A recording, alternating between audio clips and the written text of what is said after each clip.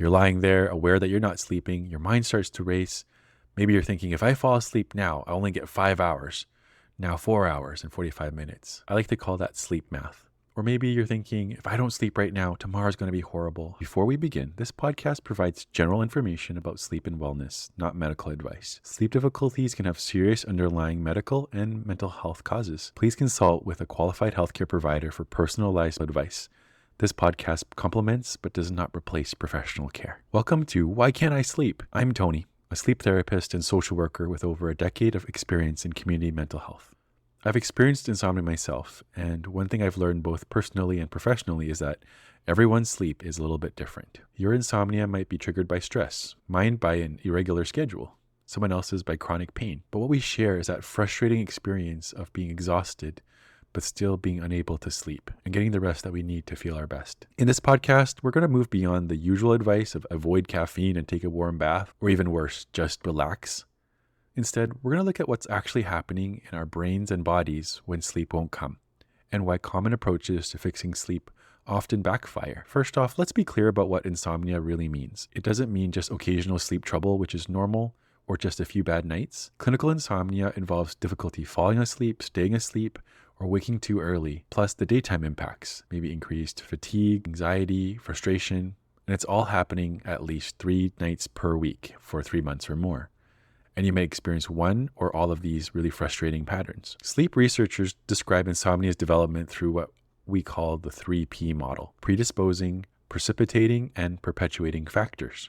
You can think of it like a perfect storm that creates and maintains sleep difficulties. Predisposing factors make some people more vulnerable to sleep problems.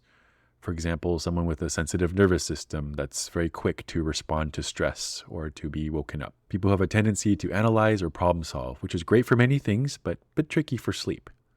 If you have a family history of sleep difficulties or anxiety disorders or other mental health challenges, or you've had past experiences that impacted your relationship with sleep. Precipitating factors are what initially trigger sleep problems, like major life changes, like a new job, moving, or a new baby, health issues or chronic pain, stress or a traumatic event, schedule disruptions, grief or loss, even positive changes like travel, a new pet, a new baby. Then come the perpetuating factors. And this is where things get interesting. These are the things we do trying to fix our sleep that actually keep insomnia going. Some examples are going to bed earlier, hoping to catch up, staying in bed when we can't sleep and tossing and turning, trying harder, irregular sleep schedules, excessive worry about sleep, using caffeine to cope with fatigue, taking really long naps to make up for lost sleep, canceling plans or avoiding things that you really enjoy doing because you're worried you're not going to be able to function. Let's look at what typically happens during a sleepless night. You're lying there, aware that you're not sleeping. Your mind starts to race. Maybe you're thinking, if I fall asleep now, I only get 5 hours. Now 4 hours and 45 minutes. I like to call that sleep math. Or maybe you're thinking, if I don't sleep right now, tomorrow's going to be horrible. How am I going to get through the day? How am I going to take care of my kids? And this is what actually is happening in your body. Your stress response activates. It's trying to help, but ends up making you more awake. Our heart rate goes up slightly, our muscles tense up, maybe our body temperature rises, our mind becomes more alert, and maybe our breathing gets a bit more shallow. All these reactions make perfect sense when our ancestors needed it to stay alert for predators, but it's not so helpful when you're trying to get some rest the night before a big meeting. Throughout our day, your body naturally builds sleep pressure through a chemical called adenosine, but when you're stressed out about sleep, this natural process can get interrupted. You might feel exhausted but wired, something I hear from many clients. And that's your stress response overriding your sleep drive. And then there's your circadian rhythm, your internal clock. It gets confused when you go to bed earlier trying to catch up on lost sleep, or if you sleep in a really long time on the weekends, or if you take a long nap trying to cope with the fatigue, and especially if you're lying in bed for a really long time when you can't sleep. These are behaviors that can really impact the quality of your sleep. So let's talk about what actually helps. Let's look at some evidence-based approaches. So first, understanding that being awake at night isn't dangerous. Uncomfortable? Absolutely. And absolutely can be frustrating. But your body knows how to sleep, and sometimes we need to get out of its way. Even if you've been struggling with sleep for a very long time, you're getting enough sleep to keep your body going and functioning. But how do we address those 3 Ps and start to relearn to sleep well? Cognitive behavioral therapy, or CBTI, has the strongest research support. Some of the key components include stimulus control, which is helping to rebuild your brain's association between bed and sleep. Some of the things that you can do to help rebuild that connection is to only go to bed when you actually feel sleepy. and not just tired. Trying to get up if you've been tossing and turning for more than 20 to 30 minutes and you're getting frustrated. Trying to use your bed primarily for sleep and relaxation, and only returning to bed when you feel sleepy again. Some strategies from CBTI that can help with regulating sleep is to wake up in and around the same time every day. So let's talk about some real life strategies to help with your next sleepless night. So if you've been lying there and you're noticing you're awake, first, just drop the pressure. Remember that sleep isn't something that you can force. In fact, telling yourself, I must sleep, is kind of like telling yourself, don't think about a pink elephant. We can't control our mind, and that effort usually backfires. If you experience racing thoughts before bed, try and keep a notebook, not your phone, by your bed, and write down what's actually circling in your mind.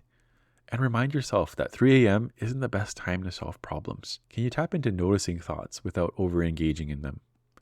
And if you've been awake for 20 or 30 minutes, even just a guess if that's been that long and you're alert and awake enough to get frustrated, it's probably time to get up. Go to another room or another space, if possible, just to do something quiet, boring, soothing, fold some laundry, prepare some lunch for tomorrow, pack your bag for tomorrow. But try to keep the lights low, but don't stumble in the darkness. And return to bed only when you feel sleepy, not just tired. That's yawning, eyes heavy. And in terms of improving the timing of your sleep, focus more on your wake-up time rather than bedtime. Make sure you have a bit of a buffer to wind down and relax before bed. But the time that you get up can make a huge difference, and trying to make that in and around the same time. That means resisting the urge to sleep in too much on the weekends. Half an hour to an hour might not make a huge difference, but longer than that can have a huge impact. And remember that some nights will be better than others. Trying to strive for perfect sleep only sets us up for failure. Imagine trying to put so much effort into controlling your breathing.